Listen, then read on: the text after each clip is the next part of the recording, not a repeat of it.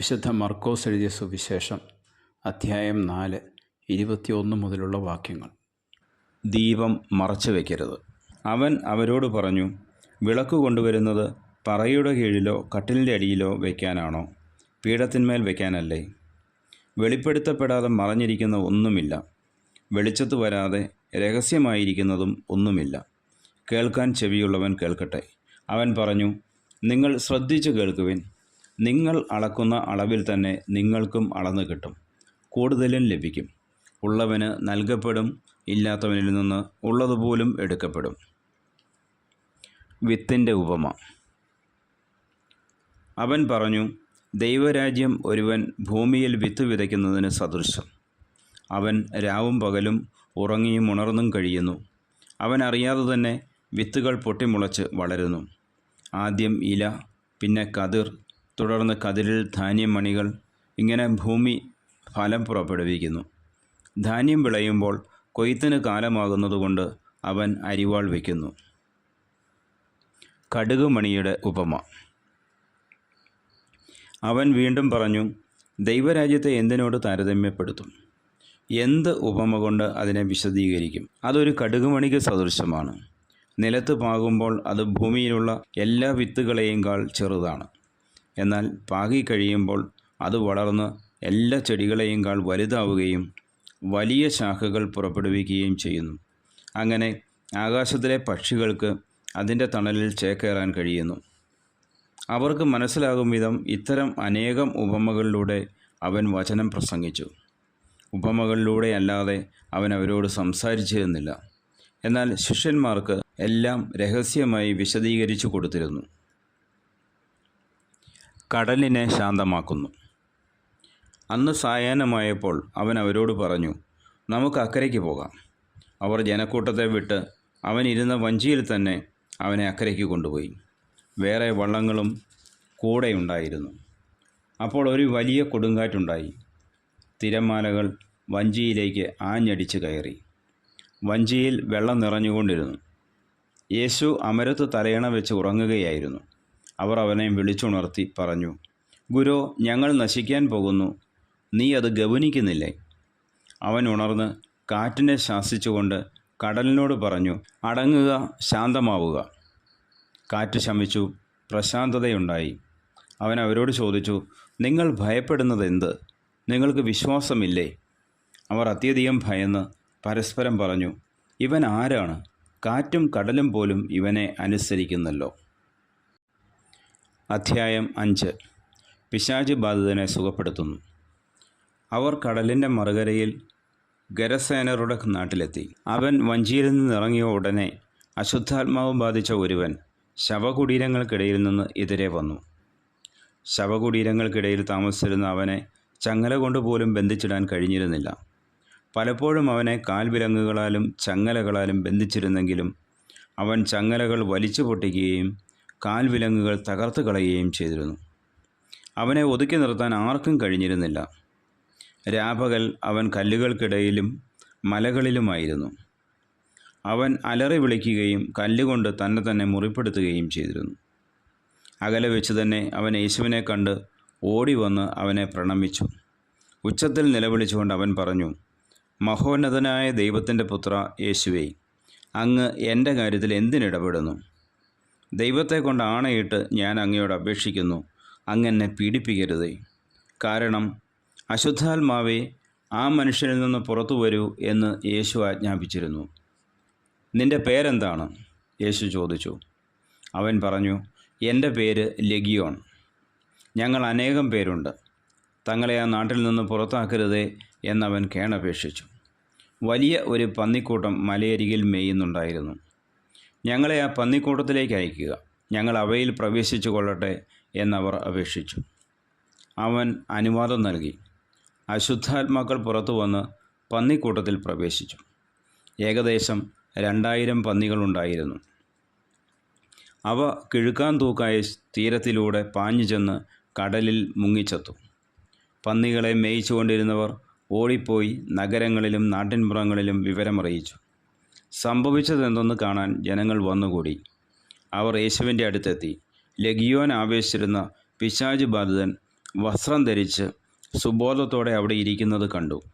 അവർ ഭയപ്പെട്ടു. പിശാച് ബാധിതനും പന്നികൾക്കും സംഭവിച്ചത് കണ്ടവർ അക്കാര്യങ്ങൾ ജനങ്ങളോട് പറഞ്ഞു. തങ്ങളുടെ പ്രദേശം വിട്ടുപോകണമെന്ന് അവർ യേശുവിനോട് അപേക്ഷിച്ചു. അവർ വഞ്ചിയിൽ കയറാൻ തുടങ്ങിയപ്പോൾ പിശാച് ബാധിച്ചിരുന്ന മനുഷ്യൻ അവനോടുകൂടെ പോകുന്നതിന് അനുവാദം ചോദിച്ചു. എന്നാൽ യേശു അനുവദിച്ചില്ല. അവൻ പറഞ്ഞു, നീ വീട്ടിൽ സ്വന്തക്കാരുടെ അടുത്തേക്ക് പോവുക. കർത്താവ് നിനക്ക് വേണ്ടി എന്തെല്ലാം പ്രവർത്തിച്ചുവെന്നും എങ്ങനെ നിന്നോട് കരുണ കാണിച്ചുവെന്നും അവരെ അറിയിക്കുക. അവൻ പോയി യേശു തനിക്ക് വേണ്ടി എന്തെല്ലാം ചെയ്തെന്ന് ദെക്കാപോളിസിൽ പ്രഘോഷിക്കാൻ തുടങ്ങി. ജനങ്ങൾ അത്ഭുതപ്പെട്ടു. രക്തസ്രാവക്കാരി ജായിറോസിൻ്റെ മകൾ. യേശു വീണ്ടും വഞ്ചിയിൽ മറുകരയെത്തിയപ്പോൾ ഒരു വലിയ ജനക്കൂട്ടം അവന് ചുറ്റും കൂടി. അവൻ കടൽ തീരത്ത് നിൽക്കുകയായിരുന്നു. അപ്പോൾ സിനഗോഗ് അധികാരികളിൽ ഒരുവനായ ജായിറോസ് അവിടെ വന്നു. അവൻ യേശുവിനെ കണ്ട് കാൽക്കൽ വീണ് അപേക്ഷിച്ചു, എൻ്റെ കൊച്ചുമകൾ മരിക്കാറായി കിടക്കുന്നു. അങ്ങ് വന്ന് അവളുടെ മേൽ കൈകൾ വെച്ച് രോഗം മാറ്റി അവളെ ജീവിപ്പിക്കണമേ. യേശു അവൻ്റെ കൂടെ പോയി. വലിയൊരു ജനക്കൂട്ടം തിങ്ങിഞ്ഞെരുങ്ങി പിന്തുടർന്നു. 12 വർഷമായി രക്തസ്രാവമുള്ള ഒരു സ്ത്രീ ഉണ്ടായിരുന്നു. പല വൈദ്യന്മാരുടെ അടുത്ത് പോയി വളരെ കഷ്ടപ്പെടുകയും കൈവശമുള്ളതെല്ലാം ചെലവഴിക്കുകയും ചെയ്തിട്ടും അവളുടെ സ്ഥിതി മെച്ചപ്പെടുകയല്ല, കൂടുതൽ മോശമാവുകയാണ് ചെയ്തത്. അവൾ യേശുവിനെക്കുറിച്ച് കേട്ടിരുന്നു. ജനക്കൂട്ടത്തിനിടയിലൂടെ അവൾ അവൻ്റെ പിന്നിൽ ചെന്ന് വസ്ത്രത്തിൽ സ്പർശിച്ചു. അവൻ്റെ വസ്ത്രത്തിലൊന്ന് തൊട്ടാൽ മാത്രം മതി, ഞാൻ സുഖം പ്രാപിക്കും എന്ന് അവൾ വിചാരിച്ചിരുന്നു. തൽക്ഷണം അവളുടെ രക്തസ്രാവം നിലച്ചു. താൻ രോഗവിമുക്തയായിരിക്കുന്നുവെന്ന് അവൾക്ക് ശരീരത്തിൽ അനുഭവപ്പെട്ടു. യേശുവാകട്ടെ തന്നിൽ നിന്ന് ശക്തി പുറപ്പെട്ടെന്നറിഞ്ഞ് പെട്ടെന്ന് ജനക്കൂട്ടത്തിന് നേരെ തിരിഞ്ഞു ചോദിച്ചു, ആരാണ് എൻ്റെ വസ്ത്രത്തിൽ സ്പർശിച്ചത്?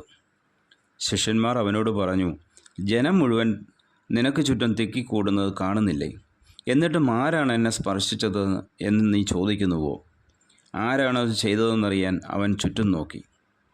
ആ സ്ത്രീ തനിക്ക് സംഭവിച്ചതറിഞ്ഞ് ഭയന്ന് വിറച്ച് അവൻ്റെ കാൽക്കൽ വീണ് സത്യം തുറന്നു പറഞ്ഞു. അവൻ അവളോട് പറഞ്ഞു, മകളെ, നിൻ്റെ വിശ്വാസം നിന്നെ രക്ഷിച്ചിരിക്കുന്നു. സമാധാനത്തോടെ പോവുക. വ്യാധിയിൽ നിന്ന് വിമുക്തയായിരിക്കുക. യേശു സംസാരിച്ചു കൊണ്ടിരിക്കെ സിനഗോഗ് അധികാരിയുടെ വീട്ടിൽ നിന്ന് ചിലർ വന്നു പറഞ്ഞു, നിൻ്റെ മകൾ മരിച്ചു. ഗുരുവിനെ ഇനിയും എന്തിനു ബുദ്ധിമുട്ടിക്കുന്നു? അത് കേട്ട് യേശു സിനഗോഗ് അധികാരിയോട് പറഞ്ഞു, ഭയപ്പെടേണ്ട, വിശ്വസിക്കുക മാത്രം ചെയ്യുക. പത്രോസും യാക്കോബും യാക്കോബിൻ്റെ സഹോദരൻ യോഹന്നാനും ഒഴികെ മറ്റാരും തന്നോടുകൂടെ പോരാൻ അവൻ അനുവദിച്ചില്ല. അവർ സിനഗോഗ് അധികാരിയുടെ വീട്ടിലെത്തി. അവിടെ ആളുകൾ വലിയ ബഹളം വയ്ക്കുന്നതും ഉച്ചത്തിൽ കരയുന്നതും അലമുറയിടുന്നതും അവൻ കണ്ടു. അകത്ത് പ്രവേശിച്ച് അവൻ അവരോട് പറഞ്ഞു, എന്തിനാണ് നിങ്ങൾ ബഹളം വയ്ക്കുകയും വിലപിക്കുകയും ചെയ്യുന്നത്? കുട്ടി മരിച്ചിട്ടില്ല, ഉറങ്ങുകയാണ്. അവർ അവനെ പരിഹസിച്ചു. അവനാവട്ടെ അവരെ എല്ലാവരെയും പുറത്താക്കി. അനന്തരം പെൺകുട്ടിയുടെ മാതാപിതാക്കന്മാരെയും തൻ്റെ കൂടെയുണ്ടായിരുന്നവരെയും കൂട്ടിക്കൊണ്ട് അവളെ കിടത്തിയിരുന്നിടത്തേക്ക് അവൻ ചെന്നു. അവൻ അവളുടെ കൈക്ക് പിടിച്ചുകൊണ്ട്, ബാലികയെ എഴുന്നേൽക്കൂ എന്നർത്ഥമുള്ള തലീത്ത കും എന്ന് പറഞ്ഞു. തൽക്ഷണം ബാലിക എഴുന്നേറ്റ് നടന്നു. അവൾക്ക് 12 വയസ്സ് പ്രായമുണ്ടായിരുന്നു. അവർ അത്യന്തം വിസ്മയിച്ചു. ആരും ഈ വിവരം അറിയരുത് എന്ന് യേശു അവർക്ക് കർശനമായ ആജ്ഞ നൽകി. അവൾക്ക് ഭക്ഷണം കൊടുക്കാൻ അവൻ നിർദ്ദേശിച്ചു. അധ്യായം 6. യേശു സ്വദേശത്ത് അവഗണിക്കപ്പെടുന്നു. യേശു അവിടെ നിന്ന് പോയി സ്വന്തം നാട്ടിലെത്തി. ശിഷ്യന്മാർ അവനെ അനുഗമിച്ചു. സാബത്ത് ദിവസം സിനഗോഗിൽ അവൻ പഠിപ്പിക്കാൻ ആരംഭിച്ചു. അവൻ്റെ വാക്കുകേട്ട പലരും ആശ്ചര്യപ്പെട്ടു പറഞ്ഞു, ഇവന് ഇതെല്ലാം എവിടെ നിന്ന്? ഇവന് കിട്ടിയ ഈ ജ്ഞാനം എന്ത്? എത്ര വലിയ കാര്യങ്ങളാണ് ഇവൻ്റെ കരങ്ങൾ വഴി സംഭവിക്കുന്നത്. ഇവൻ മറിയത്തിൻ്റെ മകനും യാക്കോബ്, യോസെ, യൂദാസ്, ശിമയോൻ എന്നിവരുടെ സഹോദരനുമായ മരപ്പണിക്കാരനല്ലേ? ഇവൻ്റെ സഹോദരിമാരും ഇവിടെ നമ്മുടെ കൂടെയില്ലേ? ഇങ്ങനെ പറഞ്ഞ് അവർ അവനിൽ ഇടറി. യേശു അവരോട് പറഞ്ഞു, സ്വദേശത്തും ബന്ധുജനങ്ങളുടെ ഇടയിലും സ്വഭവനത്തിലുമല്ലാതെ മറ്റെങ്ങും പ്രവാചകൻ അവമതിക്കപ്പെടുന്നില്ല. ഏതാനും രോഗികളുടെ മേൽ കൈകൾ വെച്ച് സുഖപ്പെടുത്തുവാനല്ലാതെ മറ്റത്ഭുതമൊന്നും അവിടെ ചെയ്യാൻ അവന് സാധിച്ചില്ല. അവരുടെ വിശ്വാസരാഹിത്യത്തെക്കുറിച്ച് അവൻ വിസ്മയിച്ചു. ശിഷ്യന്മാരെ അയക്കുന്നു. അവൻ ഗ്രാമപ്രദേശങ്ങളിൽ ചുറ്റി സഞ്ചരിച്ച് പഠിപ്പിച്ചുകൊണ്ടിരുന്നു. അവൻ തൻ്റെ 12 പേരെ അടുത്തു വിളിച്ച് 2 പേരെ വീതം അയക്കാൻ തുടങ്ങി. അശുദ്ധാത്മാക്കളുടെ മേൽ അവർക്ക് അധികാരവും കൊടുത്തു. അവൻ കൽപ്പിച്ചു, യാത്രയ്ക്ക് വടിയല്ലാതെ മറ്റൊന്നും, അപ്പമോ സഞ്ചിയോ അരപ്പട്ടയിൽ പണമോ കരുതരുത്. ചെരുപ്പ് ധരിക്കാം, 2 ഉടുപ്പുകൾ ധരിക്കരുത്. അവൻ തുടർന്നു, നിങ്ങൾ ഏതെങ്കിലും സ്ഥലത്ത് ഒരു വീട്ടിൽ പ്രവേശിച്ചാൽ അവിടം വിട്ട് പോകുന്നതുവരെ ആ വീട്ടിൽ താമസിക്കുവിൻ. എവിടെയെങ്കിലും ജനങ്ങൾ നിങ്ങളെ സ്വീകരിക്കാതിരിക്കുകയോ നിങ്ങളുടെ വാക്കുകൾ ശ്രവിക്കാതിരിക്കുകയോ ചെയ്താൽ അവിടെ നിന്ന് പുറപ്പെടുമ്പോൾ അവർക്ക് സാക്ഷ്യത്തിനായി നിങ്ങളുടെ കാലിലെ പൊടി തട്ടിക്കളയുവിൻ. ശിഷ്യന്മാർ പുറപ്പെട്ട് ജനങ്ങളോട് അനുതപിക്കണമെന്ന് പ്രസംഗിച്ചു. അനേകം പിശാചുകളെ പുറത്താക്കി, അനേകം രോഗികളെ തൈലം പൂശി സുഖപ്പെടുത്തി. സ്നാപക യോഹന്നാൻ്റെ ശിരച്ഛേദം. ഹെറോദേസ് രാജാവും ഇക്കാര്യങ്ങൾ കേട്ടു. യേശുവിൻ്റെ പേര് പ്രസിദ്ധമായി കഴിഞ്ഞിരുന്നു. ചിലർ പറഞ്ഞു, സ്നാപക യോഹന്നാൻ മരിച്ചവരിൽ നിന്ന് ഉയർപ്പിക്കപ്പെട്ടിരിക്കുന്നു. അതുകൊണ്ടാണ് അത്ഭുതകരമായ ഈ ശക്തികൾ ഇവനിൽ പ്രവർത്തിക്കുന്നത്. മറ്റു ചിലർ പറഞ്ഞു, ഇവൻ ഏലിയ ആണ്. വേറെ ചിലർ പറഞ്ഞു, പ്രവാചകരിൽ ഒരുവനെപ്പോലെ ഇവനും ഒരു പ്രവാചകനാണ്. എന്നാൽ ഇതെല്ലാം കേട്ടപ്പോൾ ഹെറോദോസ് പ്രസ്താവിച്ചു, ഞാൻ ശിരച്ഛേദം ചെയ്ത യോഹന്നാൻ ഉയർപ്പിക്കപ്പെട്ടിരിക്കുന്നു. ഹെറോദോസ് ആളയച്ച് യോഹന്നാനെ പിടിപ്പിക്കുകയും കാരാഗൃഹത്തിൽ ബന്ധിക്കുകയും ചെയ്തിരുന്നു. സ്വന്തം സഹോദരനായ പീലിപ്പോസിൻ്റെ ഭാര്യ ഹെറോദിയ നിമിത്തമാണ് അവൻ ഇങ്ങനെ ചെയ്തത്. അവൻ അവളെ വിവാഹം ചെയ്തിരുന്നു. യോഹന്നാൻ ഹെറോദേസിനോട് പറഞ്ഞു, സഹോദരൻ്റെ ഭാര്യയെ സ്വന്തമാക്കുന്നത് നിഷിദ്ധമാണ്. തന്മൂലം ഹെറോദിയയ്ക്ക് യോഹന്നാനോട് വിരോധം തോന്നി. അവനെ വധിക്കാൻ അവൾ ആഗ്രഹിച്ചു. എന്നാൽ അവൾക്ക് സാധിച്ചില്ല. എന്തെന്നാൽ യോഹന്നാൻ നീതിമാനും വിശുദ്ധനുമാണെന്ന് അറിഞ്ഞിരുന്നതുകൊണ്ട് ഹെറോദേസ് അവനെ ഭയപ്പെട്ട് സംരക്ഷണം നൽകി പോന്നു. അവൻ്റെ വാക്കുകൾ അവനെ അസ്വസ്ഥനാക്കിയിരുന്നെങ്കിലും അവൻ പറയുന്നതെല്ലാം സന്തോഷത്തോടെ കേൾക്കുമായിരുന്നു. ഹെറോദേസ് തൻ്റെ ജന്മദിനത്തിൽ രാജസേവകന്മാർക്കും സഹസ്രാധിപന്മാർക്കും ഗലീലയിലെ പ്രമാണികൾക്കും വിരുന്ന് നൽകിയപ്പോൾ ഹെറോദിയയ്ക്ക് അനുകൂലമായ ഒരവസരം വന്നു ചേർന്നു. അവളുടെ മകൾ വന്ന് നൃത്തം ചെയ്ത് ഹെറോദേസിനെയും അതിഥികളെയും പ്രീതിപ്പെടുത്തി. രാജാവ് പെൺകുട്ടിയോട് പറഞ്ഞു, നീ ആഗ്രഹിക്കുന്നത് എന്തും ചോദിച്ചു കൊള്ളുക, അത് ഞാൻ നിനക്ക് തരും. അവൻ അവളോട് ശപഥം ചെയ്തു പറഞ്ഞു, നീ എന്തു തന്നെ ചോദിച്ചാലും എൻ്റെ രാജ്യത്തിൻ്റെ പകുതി പോലും ഞാൻ നിനക്ക് തരും. അവൾ പോയി അമ്മയോട് ചോദിച്ചു, ഞാൻ എന്താണ് ആവശ്യപ്പെടേണ്ടത്? അമ്മ പറഞ്ഞു, സ്നാപക യോഹന്നാൻ്റെ ശിരസ്. അവൾ ഉടനെ അകത്തു വന്ന് രാജാവിനോട് ആവശ്യപ്പെട്ടു, ഇപ്പോൾ തന്നെ സ്നാപക യോഹന്നാൻ്റെ ശിരസ് ഒരു തളികയിൽ വെച്ച് എനിക്ക് തരണമെന്ന് ഞാൻ ആഗ്രഹിക്കുന്നു. രാജാവ് അതീവ ദുഃഖിതനായി. എങ്കിലും തൻ്റെ ശപഥത്തെ പ്രതിയും അതിഥികളെ വിചാരിച്ചും അവളുടെ ആഗ്രഹം നിരസിക്കാൻ അവന് തോന്നിയില്ല. അവൻ്റെ തല കൊണ്ടുവരാൻ ആജ്ഞാപിച്ച് ഒരു സേവകനെ രാജാവ് ഉടനെ അയച്ചു. അവൻ കാരാഗൃഹത്തിൽ ചെന്ന് യോഹന്നാൻ്റെ തല വെട്ടിയെടുത്തു. അതൊരു തളികയിൽ വെച്ച് കൊണ്ടുവന്ന് പെൺകുട്ടിക്ക് കൊടുത്തു. അവളത് അമ്മയെ ഏൽപ്പിച്ചു. ഈ വിവരം അറിഞ്ഞ യോഹന്നാൻ്റെ ശിഷ്യന്മാർ വന്ന് മൃതദേഹം കല്ലറയിൽ സംസ്കരിച്ചു. അപ്പം വർദ്ധിപ്പിക്കുന്നു. അപ്പസ്തോലന്മാർ യേശുവിൻ്റെ അടുത്ത് ഒരുമിച്ച് കൂടി തങ്ങൾ ചെയ്തതും പഠിപ്പിച്ചതും അറിയിച്ചു. അനേകം ആളുകൾ അവിടെ വരികയും പോവുകയും ചെയ്തിരുന്നു. ഭക്ഷണം കഴിക്കാൻ പോലും അവർക്ക് ഒഴിവ് കിട്ടിയിരുന്നില്ല.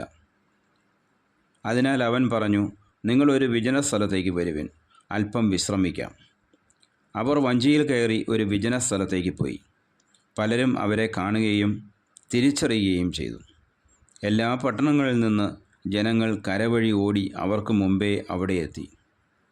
അവൻ കരയ്ക്കിറങ്ങിയപ്പോൾ വലിയ ഒരു ജനക്കൂട്ടത്തെ കണ്ടു. അവരോട് അവൻ അനുകമ്പ തോന്നി, കാരണം അവർ ഇടയനില്ലാത്ത ആട്ടിൻപറ്റം പോലെയായിരുന്നു. അവൻ അവരെ പല കാര്യങ്ങളും പഠിപ്പിക്കാൻ തുടങ്ങി. നേരം വൈകിയപ്പോൾ ശിഷ്യന്മാർ അവൻ്റെ അടുത്ത് വന്നു പറഞ്ഞു, ഇതൊരു വിജനപ്രദേശമാണല്ലോ, സമയവും വൈകിയിരിക്കുന്നു. ചുറ്റുമുള്ള നാട്ടിൻപുറങ്ങളിലും ഗ്രാമങ്ങളിലും ചെന്ന് എന്തെങ്കിലും വാങ്ങി ഭക്ഷിക്കാൻ അവരെ പറഞ്ഞയക്കുക. അവൻ പ്രതിഭവിച്ചു, നിങ്ങൾ തന്നെ അവർക്ക് ഭക്ഷിക്കാൻ കൊടുക്കുവിൻ. അവർ പറഞ്ഞു, ഞങ്ങൾ ചെന്ന് 200 ദനാറയ്ക്ക് അപ്പം വാങ്ങിക്കൊണ്ടുവന്ന് അവർക്ക് ഭക്ഷിക്കാൻ കൊടുക്കട്ടെയോ? അവൻ ചോദിച്ചു, നിങ്ങളുടെ കൈവശം എത്ര അപ്പമുണ്ട്? ചെന്ന് നോക്കുവിൻ. അവർ ചെന്ന് നോക്കിയിട്ട് പറഞ്ഞു, 5 അപ്പവും 2 മീനും. പുൽത്തകിടിയിൽ കൂട്ടം കൂട്ടമായി ഇരിക്കാൻ അവൻ ജനങ്ങൾക്ക് നിർദ്ദേശം നൽകി. 100ഉം 50ഉം വീതമുള്ള കൂട്ടങ്ങളായി അവർ ഇരുന്നു. അവൻ 5 അപ്പവും 2 മീനും എടുത്ത് സ്വർഗത്തിലേക്ക് നോക്കി കൃതജ്ഞതാസ്തോത്രം ചെയ്ത് അപ്പം മുറിച്ചതിന് ശേഷം ജനങ്ങൾക്ക് വിളമ്പാൻ ശിഷ്യന്മാരെ ഏൽപ്പിച്ചു. ആ 2 മീനും അവൻ എല്ലാവർക്കുമായി വിഭജിച്ചു. അവരെല്ലാവരും ഭക്ഷിച്ച് തൃപ്തരായി. ബാക്കി വന്ന അപ്പകഷ്ണങ്ങളും മീനും 12 കുട്ട നിറയെ അവർ ശേഖരിച്ചു. അപ്പം ഭക്ഷിച്ചവർ 5000 പുരുഷന്മാരായിരുന്നു. യേശു വെള്ളത്തിന് മീതെ നടക്കുന്നു. താൻ ജനക്കൂട്ടത്തെ പിരിച്ചുവിടുമ്പോഴേക്കും വഞ്ചിയിൽ കയറി തനിക്ക് മുൻപേ മറുകരയിലുള്ള ബെത്സയിദായിലേക്ക് പോകാൻ അവൻ ശിഷ്യന്മാരെ നിർബന്ധിച്ചു. ആളുകളോട് യാത്ര പറഞ്ഞ ശേഷം അവൻ പ്രാർത്ഥിക്കാൻ മലയിലേക്ക് പോയി. വൈകുന്നേരമായപ്പോൾ വഞ്ചി നടുക്കടലിലായിരുന്നു. അവൻ തനിച്ച് കരയിലും. അവർ വഞ്ചി തുഴഞ്ഞ് അവശരായി എന്നവൻ മനസ്സിലാക്കി. കാരണം കാറ്റ് പ്രതികൂലമായിരുന്നു. രാത്രിയുടെ 4-ാം യാമത്തിൽ അവൻ കടലിന് മീതെ നടന്ന് അവരുടെ അടുത്തെത്തി അവരെ കടന്നു പോകാൻ ഭാവിച്ചു. അവൻ കടലിന് മീതെ നടക്കുന്നത് കണ്ട് അതൊരു ഭൂതമായിരിക്കുമെന്ന് കരുതി അവർ നിലവിളിച്ചു. അവരെല്ലാവരും അവനെ കണ്ട് പരിഭ്രമിച്ചു പോയി. ഉടനെ അവൻ അവരോട് സംസാരിച്ചു, ധൈര്യമായിരിക്കുവിൻ, ഞാനാണ്, ഭയപ്പെടേണ്ട. അവൻ വഞ്ചിയിൽ കയറി. അപ്പോൾ കാറ്റ് ശമിച്ചു. അവർ ആശ്ചര്യഭരിതരായി. കാരണം അപ്പത്തെക്കുറിച്ച് അവർ ഗ്രഹിച്ചിരുന്നില്ല. അവരുടെ ഹൃദയം മന്ദീഭവിച്ചിരുന്നു. ഗനേസറത്തിലെ അത്ഭുതങ്ങൾ. അവർ കടൽ കടന്ന് ഗനേസറത്തിലെത്തി. വഞ്ചി കരയ്ക്കടുപ്പിച്ചു. കരയ്ക്കിറങ്ങിയപ്പോൾ തന്നെ ആളുകൾ അവനെ തിരിച്ചറിഞ്ഞു. അവർ സമീപ പ്രദേശങ്ങളിലെല്ലാം ഓടി നടന്ന് രോഗികളെ കിടക്കയിലെടുത്ത് അവനുണ്ടെന്ന് കേട്ട സ്ഥലത്തേക്ക് കൊണ്ടുവരാൻ തുടങ്ങി.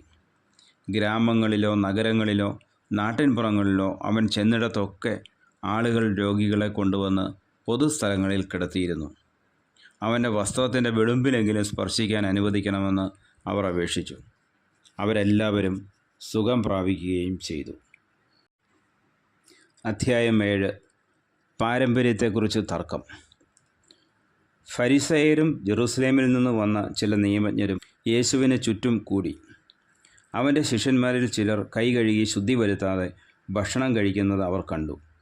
പൂർവികരുടെ പാരമ്പര്യമനുസരിച്ച് ഫരിസയരും യഹൂദരും കൈ കഴുകാതെ ഭക്ഷണം കഴിക്കാറില്ല.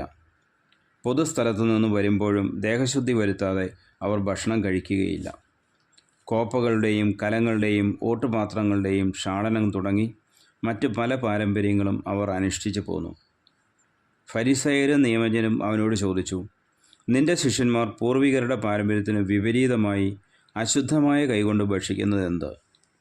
അവൻ പറഞ്ഞു, കപടനാട്യക്കാരായ നിങ്ങളെക്കുറിച്ച് യേശയ്യ ശരിയായി തന്നെ പ്രവചിച്ചു. അവൻ എഴുതിയിരിക്കുന്നു, ഈ ജനം അധരങ്ങൾ കൊണ്ട് എന്നെ ബഹുമാനിക്കുന്നു, എന്നാൽ അവരുടെ ഹൃദയം എന്നിൽ നിന്ന് വളരെ ദൂരെയാണ്.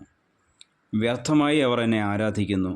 മനുഷ്യരുടെ കൽപ്പനകൾ പ്രമാണങ്ങളായി പഠിപ്പിക്കുകയും ചെയ്യുന്നു. ദൈവത്തിൻ്റെ കൽപ്പന ഉപേക്ഷിച്ച് മനുഷ്യരുടെ പാരമ്പര്യം നിങ്ങൾ മുറുകെ പിടിക്കുന്നു. അവൻ തുടർന്നു, നിങ്ങളുടെ പാരമ്പര്യം പാലിക്കാൻ വേണ്ടി നിങ്ങൾ കൗശലപൂർവ്വം ദൈവകൽപ്പന അവഗണിക്കുന്നു. എന്തെന്നാൽ നിന്റെ പിതാവിനെയും മാതാവിനെയും ബഹുമാനിക്കുക, പിതാവിനെയോ മാതാവിനെയോ ദുഷിച്ചു പറയുന്നവൻ മരിക്കട്ടെ എന്ന് മോശ പറഞ്ഞിട്ടുണ്ട്. എന്നാൽ ഒരുവൻ തൻ്റെ പിതാവിനോടോ മാതാവിനോടോ നിങ്ങൾക്ക് എന്നിൽ നിന്ന് ലഭിക്കേണ്ടത് ഖുർബാൻ, അതായത് വഴിപാട് ആണെന്ന് പറഞ്ഞാൽ മതി എന്ന് നിങ്ങൾ പറയുന്നു. പിന്നെ പിതാവിനോ മാതാവിനോ വേണ്ടി യാതൊന്നും ചെയ്യാൻ നിങ്ങൾ അവനെ ഒരിക്കലും അനുവദിക്കുന്നുമില്ല. അങ്ങനെ നിങ്ങൾക്ക് ലഭിച്ച പാരമ്പര്യം വഴി ദൈവവചനം നിങ്ങൾ നിരർത്ഥകമാക്കുന്നു. ഇതുപോലെ പലതും നിങ്ങൾ ചെയ്യുന്നു.